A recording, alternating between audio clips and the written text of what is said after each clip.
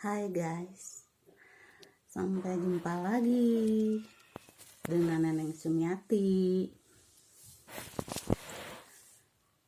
Halo guys, sudah lama saya tidak bercerita ya tentang kehidupan saya mengenai kisah nyata ya yang saya alami. Nah, seperti apakah cerita yang saya akan ceritakan kepada Anda semua? Silakan dengarkan kisahku guys. Begini ceritanya ya. Dulu waktu usia 29 ya, mau jalan ke usia 30 tahun, saya kan baru menikah ya, pengantin baru menikah. Pada dasarnya memang saya gak ada cinta ya, itu dijodohin karena saya sering gagal ya, tunangan 2 kali ya, gagal untuk menikahnya gak jadi. Nah itu pas saya dijodohin sama si C, mantan suami aku itu, ya saya sebenarnya bingung ya, dijodohin karena mama aku malu, udah gagal 2 kali nih ke tunangan, rencana untuk menikahnya gagal. Akhirnya mama melakukan tindakan, ya udahlah si C mau sama saya, ingin menikahi saya gitu, padahal saya mah nggak ada perasaan apa-apa sama dia ya. Nah itu jadi ya karena mama saya, karena saya menikah karena melihat mama saya gitu atas ya keinginan mama saya, jadi saya jalani aja lah gitu, jalani aja walaupun ya barangkali pilihan mama saya itu tidak salah ya, bahwa itu orang yang akan menikahi saya itu dia baik-baik, dia yang tulus samaku, tanggung jawab. Setelah ya udahlah bla bla bla, setelah menikah dengan saya, menikahi saya, acara digelar secara mewah ya, ada upacara adatnya gitu. Menjalani kehidupan rumah tangga itu orang bilang memang nggak mudah ya. Orang mau kawin ke, mau nikah ke, itu gampang, tapi menjalani kehidupan rumah tangga itu tidak mudah. Nah jadi banyak kendala juga, banyak godaannya, banyak cobaannya juga ya. Nah yang saya alami cobaan itu adalah hal materi ya. Ya itu kan mungkin usahanya kan, dia itu seorang pengusaha boiler ya, boiler yang ngurus ayam ternak boiler gitu ya. Nah itu aduh, baru nikah udah diguncang masalah ya gitu, entah apa penyebabnya, tapi saya sebagai istri selalu bersikap seperti istri yang baik, menyiapkan makanan buat dia atau gitu. Tapi dia kelihatannya apa tuh ya, seperti banyak keluhan tapi ragu menyampaikan sesuatu sama saya gitu. Saya juga sih pada awalnya nggak tahu dia itu kerjaannya, pada dasarnya kerjanya apa sih gitu ya. Waktu itu saya menyangkanya dia itu seorang pengusaha boiler, ternyata setelah menikah saya baru tahu ternyata dia ya kerjaannya ya anggap aja seperti orang pengangguran aja gitu, karena dia nggak punya kerjaan tetap. Dia punya lahan yang punya orang tuanya gitu, terus dia menjalin hubungan kerjasama dengan Sinci, maksudnya Cina gitu ya, yang punya bibit pakan. Mungkin si A yang punya tempatnya, segala bibitnya, pakan, segalanya suntikan itu si Cinanya ya yang punya modal gitu, si Ama cuma punya tempat aja gitu ya, itu melaksanakan yang menjalankan usahanya Cina itu gitu, yang punya modal Cina yang punya tempat si AA gitu. Nah itu maksudnya bukan tempat si AA, itu memang lahan punya ibunya gitunya, orang tuanya gitu. Ibunya kan sawahnya banyak ya, hektaran gitunya, banyak sawahnya juga di mana-mana gitu. Nah, seorang wanita tua yang udah mapan, udah punya segalanya ya, menurut saya gitu. Soalnya kan perhiasan juga banyak gitu ya. Gitu. Kalau pas sekali panen juga 3 truk ya, itu sekali panen ya, itu kalau punya apa bangsa sawah gitu panen gitu ya. Nah sekarang nah, itu padi gitu kalau waktunya panen itu kan nyampe 3 truk gitu ya. Nah, seorang wanita yang udah mapan dah, rumah juga banyak gitu, tapi diisi sama anak menantunya gitu. Nah kalau saya sama si ayah nu menyatu, mau tinggal sama mertua gitu, gitu. Yang sama ibunya gitu. Nah di situ. Cuma saya sih kaget ya, istilahnya bahwa ini kan istrinya ya.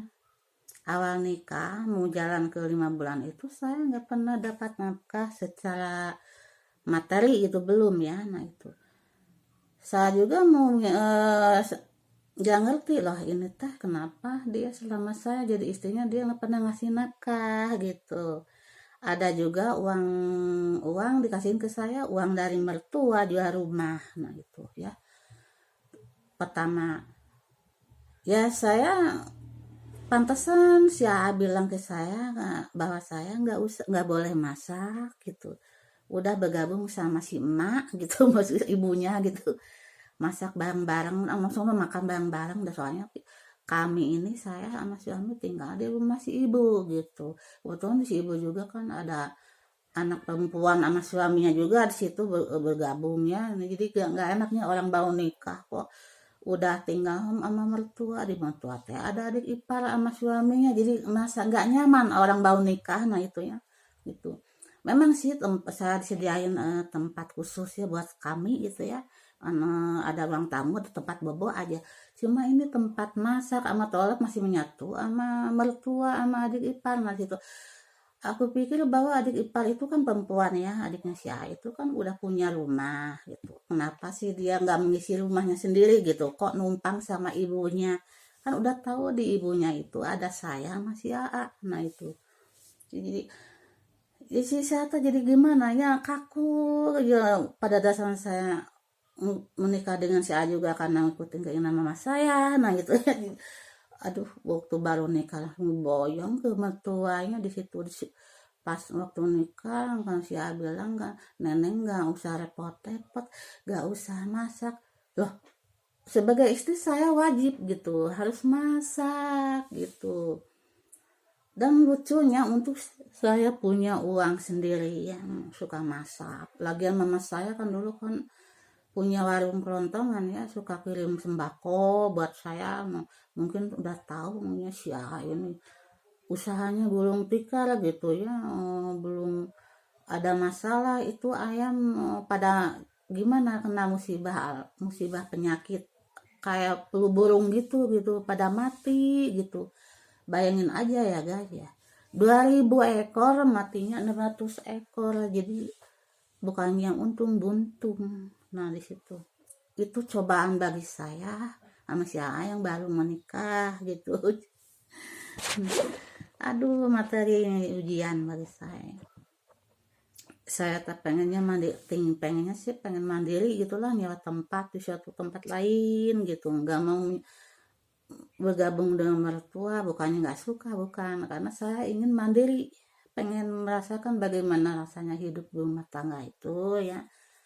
Pengen mandiri mandiri aja saya gitu, menyewa tempat, tapi sialnya nggak mau. Nah di situ yang bikin saya merasa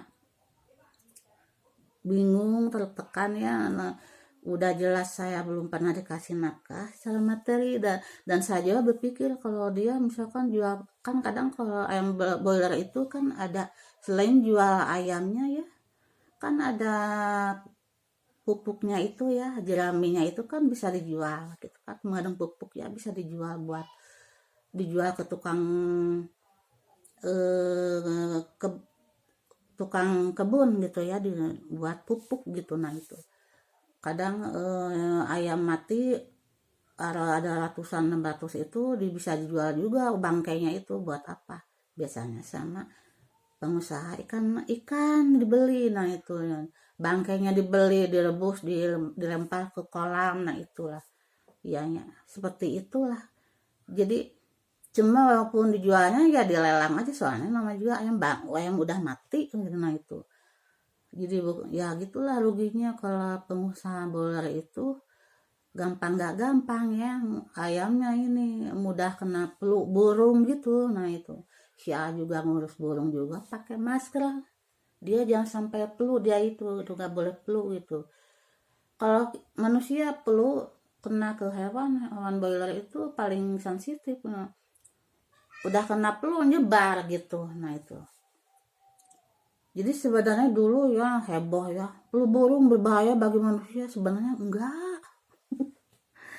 Itu dibohongin sama dokter ya. Sebenarnya yang enggak flu burung itu sebetulnya enggak berbahaya, enggak berbahaya. Buktinya sih enggak apa-apa kok. Ayam mati 600 juga, dari 2000 ekor mati 600. Matinya kena flu burung gitu. Kalau bahasa Sundanya kena bacekak gitu ya. Siapa enggak apa-apa. Sebenarnya flu burung itu matinya ke sesama unggas gitu, penularannya. Kalau ke manusia enggak gitu. Justru kalau manusia lagi flu itu harus ditutup, jangan sampai menyebar kena ke si ayam unggasnya.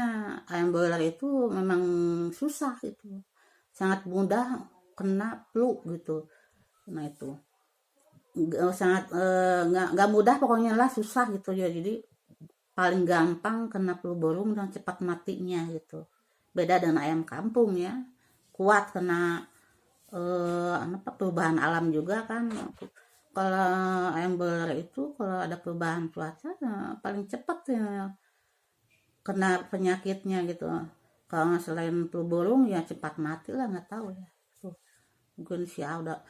Nah di situ ini yang saya bicarakan tentang, bukan karena saya seorang pengusaha boiler ya, tapi yang saya keluhkan di sini, saya tidak mengeluhkan usahanya yang gulung tikar, enggak. Yang saya keluhkan, saya merasa nggak nyaman gitu. Tinggal di mertua dan saya disuruh nggak boleh masak, jadi nggak cocok lah saya dengan suami. Ditambah si A ini sakingnya menggeluti mengurus unggas itu, dia lupa sholat 5 waktu, dia belum pernah ngasih uang nafkah. Nah disitulah ada juga uang juga dia kasihin ke saya itu dari ibunya langsung hasil jual rumah ya gitu. Saya juga berpikir ya Allah ya Robbi, ini teh saya teh udah menikah ya, istrinya dia, tapi kenapa dia nggak pernah ngasih nafkah berupa materi itu apa gitu. Kalau penyebabnya karena usahanya lagi gulung tikar, saya paham gitu. Tapi kan saya tahu betul di situ kan ada hasil lain, seperti selain jual ayam misalkan dari pupuk. Nah saya dipertanyakan itu ratusan pupuk, hasil hasil jual pupuk itu dikemanakan. Saya wajar kan nanya gitu, selama ini saya nggak nerima nafkah dari dia gitu. Nah, saya tanyakan itu hasil pupuk yang dijual, hasilnya kemana. Saya ngerti kalau dia lagi gulung tikar ya ayam pada mati gitu alasannya gitu ya. Tapi kalau yang mau saya minta yang dipertanyakan itu pupuk hasil ya, pupuk jerami itu ya yang dijual itu hasilnya kemanakan. Nah itu yang tak tanyakan, soalnya selama ini saya nggak dapat nafkah dari dia, baik dari hasil ayam broiler ataupun dari pupuk, belum pernah saya gitu. Saya pertanyakan ke dia, dia bilang cuma lagi ada masalah ini, maaf. Nah, ya saya malu tuh sama kakak ipar kamu nanya kenapa saya tidak pernah masak, saya malu gitu. Masa saya udah nikah nggak masak gitu. Adapun saya masak dikirim sama mama, saya ada dikirim sembako gitu gitu. Mungkin si A malu ngomong ke ibunya, tahunya si A nyodorin uang 50.000. Ini dari emak, cina astagfirullahaladzim. Yang saya harapkan sih bukan itu. Yang saya harapkan tanggung jawabnya dia sebagai suami sama saya itu ngasih duit nafkah. Tidak mungkin dia nggak punya uang buat ngasih ke saya gitu ya. Ada dengan alasan itu karena gulung tikar, karena ayam dari 2.000 ekor mati 600 gitu, dari 2.000 ekor gitu. Jadi cina nggak bukannya untung buntung, saya ngerti gitu. Cuma mungkin yang saya pertanyakan mana hasilnya gitu. Saya mah nggak minta gede-gede. Yang saya tanyakan tanggung jawabnya dia sebagai suami gitu. Saya mah yang penting itu nafkah, mau gede mau kecil dia harus jujur apa adanya. Saya kan apa adanya ke dia, nggak macam-macam, nggak minta macam-macam saya gitu. Yang saya pertanyakan mana hasil jual pupuk itu ya, jerami gitu. Nah itu yang saya tanyakan ke dia gitu. Ternyata dia ngomong uangnya dikasihin ke emak. Waduh gobloknya dulu lah. Ternyata suami aku ini blow on juga ya. Blow on banget gitu. Udah tahu saya ini istrinya, kok masa hasil jerami dikasihin langsung ke mamanya gitu. Kalau tujuannya ingin ngasih uang ke ibunya gitu, harusnya minta izin dulu ke saya kan istrinya gitu. Nah kalau dia pengen ngasih ya silakan aja, saya nggak akan marah. Cuma ini aduh, semuanya dikasihin loh. Saya selama ini nih udah 5 bulan mau jalan ke 6 bulan belum pernah dikasih sepersen pun nafkah dari dia langsung, belum pernah. Yang saya terima dari dia itu uang dari 300-an itu, uang dari ibunya yang jual rumah ya. Pertama kali itu baru nikah, cuma dari uang dari ibunya. Kalau uang dari dia sendiri belum pernah. Nah itulah, ada apa ya ini ya Allah ya Robbi. Makanya saya sholat hajat, saya lakukan sholat 5 waktu, sholat hajat, keluhan saya utarakan kepada Allah ya. Nah itu keluhan saya kepada Allah, ya Allah ya Robbi, saya harus bagaimana, saya ini punya suami kok seperti nggak punya. Saya ini punya suami seperti tidak punya suami. Ada apa ya Allah, saya harus bagaimana petunjukmu ya Allah ya Rabbi. Saya setelah sholat hajat tanpa sadar meneteskan air mata ya. Nah itu ya gai ya. Nah di situ saya kaget, petunjuk Allah itu benar-benar nyata guys. Muncul di depan mata saya cahaya, iya, muncul berjalan cahaya membentuk sebuah kata. Apa ya, coba ya guys, pengen tahu petunjuk dari Allah? Cahaya berjalan membentuk sebuah kata. Kata itu adalah kata cerai.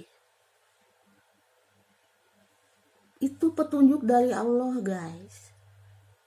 Padahal saya kan nggak minta cerai ya, enggak, saya sama suami enggak gitu. Saya minta petunjuk kepada Allah, saya sebagai istri harus bagaimana, kenapa saya punya suami kok nggak punya suami, ada apa, saya harus bagaimana ya Allah. Ternyata petunjuknya cuma cahaya berjalan di depan mata saya membentuk sebuah kata, yaitu kata cerai ya. Cahaya membentuk sebuah kata cerai. Nah itulah petunjuk dari Allah untuk saya sebagai hambanya. Nah disitulah saya juga memang tercengang juga ya, kaget saya waktu itu. Oh, subhanallah, ya Allah, aku berarti saya sama suami harus begini. Nah, cuma saya bingung untuk minta cerai ke suami itu gimana caranya. Nah, itu saya bingung. Masa tiba-tiba saya harus cerai gitu, tidak mungkin ya. Nah, itu harus ada jalan gitu ya. Itu. Nah, kebetulan ini kan adik ipar orangnya, orangnya sifatnya jelek ya, mungkin ya. Jolim gitu, suka berbuat jolim, mengadu yang bukan-bukan ya. Suami saya sebagai kakaknya itu bukannya percaya sama saya sebagai istrinya, tapi lebih percaya sama adik kandungnya gitu. Gitu. Apa kesalahan saya coba?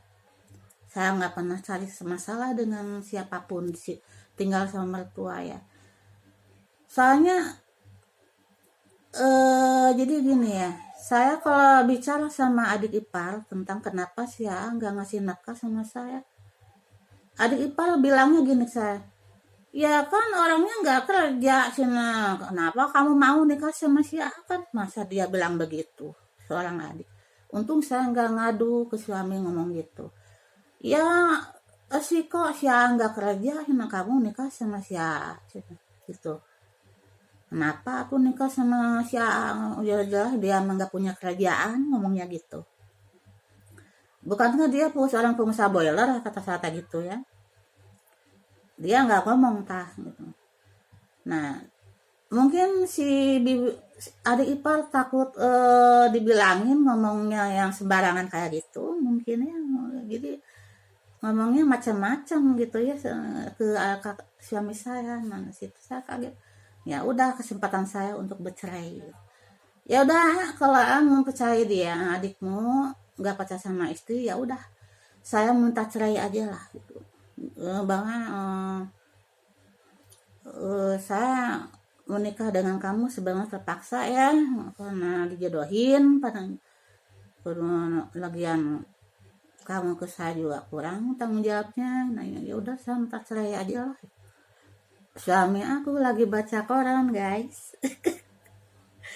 Mendengar perkataan saya seperti itu, langsung dia berdiri, kan dia lagi baca ya, saya ke telinganya gitu, yuk kita cerai secara baik-baik, nah, gitu. Iya, saya katakan gitu ke telinganya, yuk kita cerai secara baik-baik. Suami aku lagi, iya, saya lagi baca koran langsung berdiri kaget. Apa saya tidak salah dengar, kata suami saya itu ya, kata mantan suami aku, enggak, kita lebih baik cerai secara baik-baik ya. Saya ramah ke suami kok, nggak minta cerainya secara baik-baik, tidak dengan emosi, enggak. Cuma suami bilang gini, loh kok kamu minta cerai ke saya, emang kamu nggak ini cina, nggak takut jadi janda, kata dia, bilang gitu. Nggak takut kok, malahan